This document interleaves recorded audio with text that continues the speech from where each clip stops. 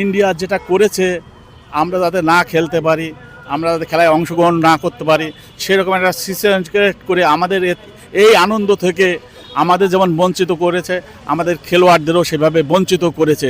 এইটা অত্যন্ত লজ্জাস্কর কাজ এবং এর আমি তীব্র নিন্দা প্রতিবাদ জানাই। কিন্তু খেলা না দেখতে পারার যন্ত্রণা আমাদের কুরে কুরে খাবে, তার উপরে আছে কিন্তু দেশপ্রেম। আমরা যেহেতু আমাদের অপমান করা হয়েছে, আমাদেরকে তারা না খেলতে দেওয়ার যে অপমান, সেটা আমাদের হজম করতে হয়েছে।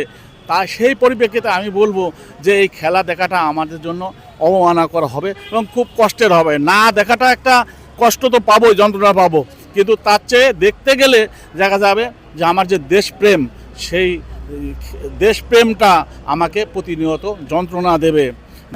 আপনি কি ব্যক্তিগতভাবে ভারতের ম্যাচ দেখবেন বা এই বিশ্বকাপকে দেখবেন? ব্যক্তিগতভাবে দেখার ইচ্ছা থাকা সত্ত্বেও সুযোগ নাই, যেহেতু আমরা বঞ্চিত হয়ে গেছি।